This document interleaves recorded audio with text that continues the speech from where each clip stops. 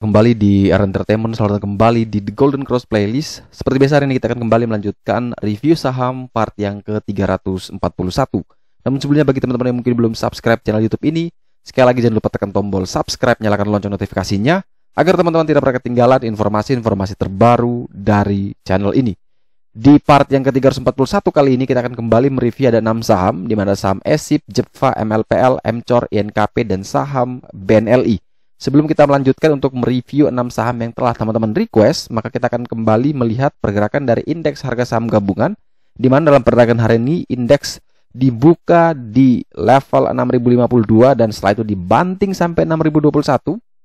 Kemudian jam 9 tiba-tiba langsung roller coaster, dia naik kembali, sempat masuk ke zona hijau di 6066 dan setelah itu akhirnya kembali longsor dan bertengger di minus 0,28% di harga 6041.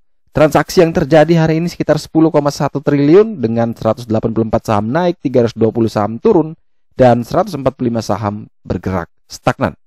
Kita langsung ke saham pertama yang akan kita review kali ini adalah saham Sinergi Inti Plastindo dengan kode emiten ESIP. Saham ESIP ditutup minus 2,99% di harga 65, di mana dalam perdagangan hari ini ESIP sempat pagi-pagi opening naik sampai ke 70, dan setelah itu dibanting ke 64, closingnya akhirnya di 65. Saham ESIP beberapa hari lalu, mungkin kalau kita perhatikan 5 hari lalu atau 4 hari lalu, dia sempat mengalami kenaikan yang cukup tinggi, kemudian rejection di area PBH, kemudian tadi kemarin sudah berusaha terus untuk mencoba menembus resisten terkuatnya di 69, namun tidak pernah berhasil dan akhirnya harus koreksi. Selama dia masih belum bisa menembus angka 69, maka ESIP masih sangat rawan karena dia sekarang menggantung dekat dengan area resist terkuatnya. Sehingga lebih disarankan mending kita menunggu antara dia mau breakout beneran baru kita buy, atau kita menunggu di dekat area support lagi, yaitu kurang lebih di harga 59 sampai dengan 60. Kalau opsi pertama, yaitu menunggu breakout resistance, maka pastikan teman-teman harus sangat ketat dengan disiplin trading plan-nya. Karena dari pengalaman, memang ESIP memiliki riwayat historical bahwa dia selalu membentuk upper shadow, ya, ada tail-nya di atas. Jadi kalau misalkan sudah breakout 69, misalkan teman-teman beli di 69 atau 70, maka langsung set cut loss-nya mungkin dipasang ya kurang lebih di 66, 67, dan langsung pasang target kenaikan ya minimal sampai target ke 76. Jadi kalau teman-teman merasa 76 terlalu susah, mungkin hanya bisa mentok di 73, 74, ya sudah dijual aja dulu karena memang sangat volatile. Dilihat dari riwayatnya bahwa memang ini sangat volatile. Kalau misalkan opsi pertama tidak terjadi, malah dia turun terus, ya maka kita lanjut ke opsi kedua, yaitu menunggu di sekitaran area PBL, kurang lebih di 5960 kita bisa buy dengan batasan cut loss di 5657. Target kenaikan adalah menuju ke 69, target jauh adalah menuju ke 76. Selanjutnya kita punya saham JAPFA TBK dengan kode emiten JAPFA, di mana saham ini ditutup minus 0,29% di harga 1740, di mana saham JAPFA ini pagi tadi open sempat turun ke 1740, namun setelah itu dia bisa mencoba naik lagi, kemudian koreksi mendekati area 1730, di mana itu adalah area PBH, namun setelah itu tiba-tiba ditarik begitu kencang sampai ke 1785, dan setelah itu akhirnya ditutup minus tipis ya, cuma 1 tick dari level opening di perdagangan hari ini. Jadi closingnya 1740. Kalau kita perhatikan di level teknikalnya berdasarkan The Golden Cross, memang saat ini dia sedang atau berjuang mempertahankan area support barunya atau support PBH di 1730. Tadi sempat retest 1730 namun bisa mental kembali. Dan semoga besok juga tidak jebol ya, karena kalau jebol rawan potensi dia ke 1555, itu punya peluang. Tapi kalau bisa bertahan di 1730, maka itu bisa jadi peluang juga buat teman-teman mencoba untuk membeli. 1730, 1740 bisa menjadi area pilihan untuk menjadi area buy-nya dengan batasan cut loss kurang lebih di 1700 sampai dengan 1710. Target kenaikan adalah menuju ke 40 hari harga tertinggi di 1830. Akan tetapi kalau misalkan besok teman-teman lihat dia opening langsung dibanting di bawah 1730 dan tidak naik lagi, maka mending sekalian tunggu di sekitaran area PBL yaitu di 1555. Kalau kita perhatikan dari broker summary, menurut saya pribadi dari broker summary memang masih ada tekanan. Namun dari struktur atau formasinya saya lebih suka, ini masih memungkinkan, cenderung dia bisa dimanfaatkan untuk tektokan ya. Jadi kalau bisa buy on weakness sepertinya menarik dan bisa jual ketika dia mengalami technical rebound. Kemudian selanjutnya kita punya saham multipolar dengan kode emiten MLPL, di mana saham ini bergerak sangat meyakinkan. Opening dia di 460, sempat low di 440, kemudian dia mengalami pergerakan yang cukup naik turun dan sampai ke puncak perdagangan hari ini di 488. Setelah itu koreksi kembali dan akhirnya closing di 468 atau naik 1,73%. Total transaksi di hari ini sekitar 90 miliar dan itu cukup besar untuk saham MLPL. Dan apakah dia masih bisa naik lagi? Di sini memang secara risk reward indikator menunjukkan resikonya sudah medium. Jadi antara menuju PBL atau PBH itu juga kurang lebih risk rewardnya 1:1, tidak jauh berbeda. Sehingga kalau misalkan teman-teman yang ingin membeli MLPL, maka lebih disarankan kita melihat kecenderungan mana yang lebih dekat ya. Kalau misalkan ya dia masih bisa koreksi, ya teman-teman bisa tunggu di 440 atau di 450, itu bisa menjadi area beli ya. Jebol di bawah 440 ya cut loss dulu. Karena dia cukup nanggung sekali, support bantuan juga terbatas. Di sini cuma terlihat 439 atau 440 bisa kita pakai, dan dia cuma punya resisten di area 492 ya, ini resistennya. Jadi kalau misalkan breakout di 492 ya sebenarnya bisa dipertimbangkan juga entry, tetapi jarak 468 ke 492 sudah cukup lebar. Jadi misalkan kita beli di 468, jual di 492 pun ya sudah cuan. Makanya ini cukup nanggung.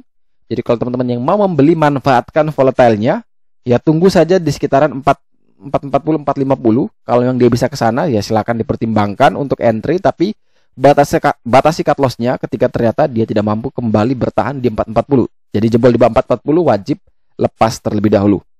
Kalau kita perhatikan dari broker summary, menurut saya pribadi dari struktur seperti ini sepertinya menarik sekali dan masih memungkinkan dia bisa rebound ya.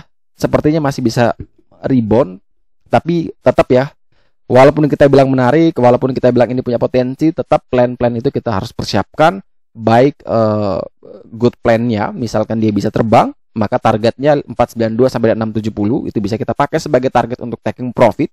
Akan tetapi kalau skenario tidak seperti itu, malah dia turun, maka kita juga prepare untuk kita mengambil posisi di harga bawah, buy on weakness, dan tetap memperhatikan di mana level kita harus cut loss. Selanjutnya kita punya saham Bank Cina Construction Bank Indonesia dengan kode emiten MCOR, di mana saham MCOR ditutup minus 1,5% di harga 132. Kalau kita perhatikan MCOR bergerak hari ini cukup datar ya, dari opening di 134, low di 132, tingginya 135. Akan tetapi yang menjadi menarik adalah cenderung secara garis besar kita bisa perhatikan bahwa teknikal dari MCOR itu menarik. Kenapa menarik? Karena dia dekat dengan area PBL, yaitu level support paling kuatnya untuk versi The Golden Cross ya. Jadi kalau misalkan selama dia masih bisa bertahan di atas 130, maka itu bisa menjadi peluang untuk kita ambil posisi. Jadi kalau ditanya level buy yang bagus adalah ya 130 sampai dengan 132, itu bisa dipakai sebagai area beli dengan target kenaikan ke 158 sampai dengan target jauh adalah ke 200, dan batasi cut loss di 125 sampai dengan 127 ya. Itu area untuk cut loss. Akan tetapi kalau misalkan teman-teman lihat besok ternyata MCOR malah dibanting di bawah 130, ya jelas mending kita wait and see terlebih dahulu. Kalau kita perhatikan dari broker summary, karena transaksinya 1,4 miliar, tekanan masih kerasa sekali ya, tekanan jual masih kerasa dengan struktur formasi yang memang masih belum menarik. Semoga besok ada perubahan, di hari Senin ada perubahan formasi lagi, dan level pentingnya di 130 bisa dipertahankan. Tidak masalah dia sideways dulu, semoga. Yang penting dia tidak fluktuatif, tapi kita pastikan bahwa sideways tersebut ada indikasi akumulasi sehingga bisa kita numpang juga. Jadi kita lihat lagi hari Senin nantinya apakah akan menarik atau tidak. Secara teknikal memang menarik, namun secara broker summary menurut saya pribadi masih belum, dan kita mungkin menunggu lagi nanti di hari Senin. Semoga bisa bagus ya broksumnya.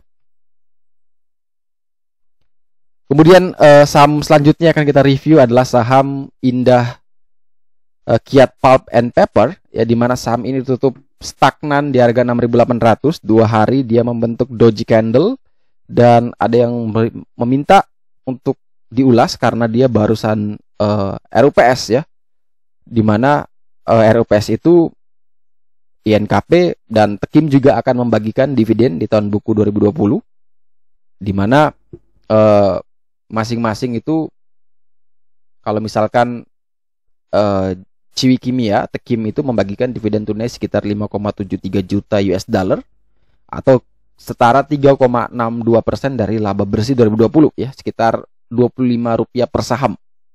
Kemudian kalau misalkan INKP itu juga dia membagikan kurang lebih sekitar Rp50 per saham. Jadi teman-teman bisa hitung sendiri berapa sih dividen yieldnya ketika harga 50 dibagi dengan 6.800. Saya rasa itu kecil sekali. Dan hati-hati, biasanya tuh walaupun dividennya kecil, kadang bisa terjadi dividen trap ya. Walaupun misalnya dividennya cuma 1%, bisa saja turunnya setelah ex-date lebih dari 1%. Bisa terjadi. Begitupun sebaliknya. Walaupun dividen kadang kecil, misalkan cuma 1%, tapi kadang harga saham bisa naik lebih tinggi dari besaran dividen. Jadi tergantung dari masing-masing emiten dan tergantung dari euforia ya. Kadang yang dividen besar justru tidak naik, tapi kadang dividen kecil malah harga sahamnya terbang gila-gilaan. Jadi tetap hati-hati. Untuk teknikal memang harga INKP ini cukup beresiko. Kenapa? Karena indikator menunjukkan di sini resikonya high ya. Saya tinggal baca indikator. Kenapa disebut resiko high? Karena dia sedang berada di dekat dengan area PBH. PBH itu adalah resisten paling kuat saat ini ya, mengingat harga INKP di 6.800 sedangkan harga PB di 7.250. Misalkan kalau harga INKP saat ini di 7.300 ya, PBH bukan resisten tapi support. Mumpung harga INKP lebih rendah dari PBH, maka PBH ini adalah resisten paling kuat, super kuat. Nah, ini sudah dekat sekali. Kalau ternyata dia tidak mampu tembus, maka potensi penurunan itu cukup lebar sehingga membuat resiko lebih besar dibandingkan reward. Makanya indikator sudah menunjukkan risk rewardnya sudah tidak sebanding dari harga saat ini dengan target ke 7.250 dibandingkan kalau misalkan harga 6.800 dibanting sampai ke PBL di 6.200. Jadi jarak dari PBL ke harga saat ini dibanding dengan jarak saat ini ke PBH itu lebih berisiko. Ya, jadi ada dua opsi seperti biasa, menunggu breakout PBH baru kita beli, atau kita menunggu dia koreksi lagi sampai kurang lebih di 6.200, 6.300 baru kita ambil posisi. Nah, ini bisa terjadi kalau kita tahu pergerakan nanti hari Senin. Karena balik lagi tidak ada orang yang bisa menebak 100% pasti pergerakan seperti apa, tapi kita hanya bisa memprepare manajemen kita, risk manajemennya, agar kita bisa selalu siap apapun market, apapun kondisinya, kita selalu bisa mencapai atau mencari yang namanya profit. Nah, khusus untuk INKP di sini saya cuma bisa informasikan ada beberapa support bantuan ya dan resisten terdekat yang bisa teman-teman pakai, mungkin mau tektokan atau mau scalping ya. Di sini ada 6.600, itu adalah level support terdekat. Jadi kalau misalkan teman-teman mau beli, katakan di harga saat ini 6.800, 6.700, maka ketika jebol di bawah 6.700 wajib cut loss dulu. Tunggu lagi di 6.200. Akan tetapi kalau setelah teman-teman beli 6.800 dia tidak jebol di 6.600, maka target kenaikan terdekat itu adalah di angka 7.000 dan target berikutnya adalah di 7.250. Kalau kita perhatikan dari broker summary, karena transaksi hari ini cukup besar 70 miliar, maka menurut saya pribadi dari broker summary memang strukturnya jelek ya, secara struktur jelek, kemudian secara volume juga jelek, dan ini masih memungkinkan ya, sepertinya masih memungkinkan dia bisa turun. Tetapi ada hal yang menarik, dari struktur memang jelek, tapi yang menjadi menarik adalah top buyer ya, itu merupakan satu afiliasi sepertinya. Jadi ini kita tidak tahu nih, apakah ini hanya sebagai kamuflase atau apakah ini beneran, kita tidak tahu. Tapi yang jelas bahwa yang bisa membuktikan atau yang bisa memvalidasi bahwa ini beneran akumulasi ya, memang kita harus mantau dari running trade untuk melihat riwayat transaksi dari emiten-emiten, apakah sedang tukar guling kah. Jadi biasa tuh kalau di running trade tuh kita bisa lihat tuh, oh ternyata emiten ini dibeli sama broker ini, ya beneran dia beli, dia akumulasi. Kadang habis dia beli dari broker satu ini, dia lempar ke broker lain dengan jumlah yang sama untuk menyamarkan brokernya. Jadi itu ada yang seperti itu. Nah, caranya untuk melacak ya memang harus mantau sih. Tapi ya kalau trader yang mau aktif ya bisa pantau setiap hari. Tapi kalau kita yang pasif ya, yang swing trading kayak saya swing ya biarkan aja, saya tidak perlu terlalu pantau. Tapi kalau kita lihat sekilas memang strukturnya jelek. Tapi dari ada satu top buyer ini yang sangat mencurigakan dan memungkinkan ada hal-hal lain atau kejutan-kejutan lain yang mungkin bisa terjadi di hari Senin. Tapi tetap ini broker summary hanya sebagai indikator bantuan yang menambah keyakinan kita apakah kita mau ambil atau tidak. Tapi technical yang menentukan level mana yang harus kita entry. Jadi selama masih belum masuk ke area entry yang bagus, ya mending kita sabar menunggu sampai nanti momentum itu datang, ya kita tinggal eksekusi. Dan saham terakhir yang akan kita review kali ini di part yang ke-341 adalah saham Bank Permata dengan kode emiten BNLI. Ini ada yang request karena dia katanya nyangkut ya. Kalau kita perhatikan BNLI ini sideways ya, sideways sudah cukup lama sekali setelah dia mengalami kenaikan yang gila-gilaan sebelumnya. Dan setelah itu dia sideways panjang sekali dan level PBL masih di 1745. Memang resikonya sudah rendah karena jarak dari 1800 ke 1745 benar, itu kurang lebih ada 55 poin. Sedangkan jarak saat ini menuju ke area PBH atau resisten itu di 2100, itu kurang lebih ada 300 poin. Jadi 55 banding 300 ya, kurang lebih 1 banding 6. Jadi risk rewardnya menarik. Dan kalau misalkan teman-teman yang ingin membeli yang belum punya barangnya, ya silakan ambil posisi. Kalau bisa dekat dengan 1745 jauh lebih bagus ya. 1745 sampai 1760 bisa dipertimbangkan untuk ambil posisi. Batasi cut loss di 1700 sampai dengan 1710 dengan target kenaikan terdekat ke 1875. Target jauh adalah menuju ke 2100. Karena transaksi hari ini cukup sepi ya, cuma 433 juta rupiah, maka kita sangat susah sekali melihat bahwa apakah ini akumulasi atau tidak. Apalagi saham sekelas BNLI, kalau transaksinya cuma 400 jutaan, maka sangat susah untuk mengangkat sahamnya ya. Jadi memang kita masih menunggu lagi apakah ada satu momentum melihat ada volume gede akumulasi, baru kita bisa ambil posisi. Jadi kalau yang belum punya barang ya kita technical kita ikuti untuk tektokan. Tapi kalau yang sudah punya sahamnya, maka selalu bertanya lagi, kemarin saya beli karena apa, reason to buy-nya apa, beli BNLI bagi yang nyangkut itu. Jadi teman-teman kalau sudah tahu reason to buy-nya, ya teman-teman harus bisa tahu juga reason to buy-nya itu masih bisa berlaku atau sudah gugur ya. Misalkan buy BNLI karena dia suka Bank Permata, ya sudah, selama dia masih suka Bank Permata ya tidak perlu cut loss gitu. Tapi kalau dia belinya karena teknikal, misalkan dia beli di 1900 dan dia bilang cut loss di 1850, ternyata jebol dari 1850 dia malah tidak mau cut loss, dan sudah sampai 1800 dia masih mau hold, maka jelas itu reason to buy-nya sudah gugur ya. Hanya dia sendiri yang mau nahan. Kalau opsi saya sebenarnya adalah mengurangi posisi dulu ya. Kita mengurangi pelan-pelan sampai nanti kita dapat momentum, kita average down lagi, dan setelah itu harga average down turun, kita bisa recovery cepat. Tapi kalau misalkan tidak punya dana lagi dan tidak pengen uangnya hilang karena sudah dalam minusnya, ya sudah dibiarkan aja. Mau bagaimana lagi? Tidak ada opsi yang menarik. Tapi potensi kenaikan untuk BNLI selama dia masih kuat bertahan di 1745, maka masih ada potensi dia bisa technical rebound. Semoga bisa ke 2100, yaitu area PBH atau area resisten terkuatnya saat ini. Oke, sekian dulu review saham part yang ke-241 hari ini. Terima kasih banyak teman-teman yang telah setia menonton.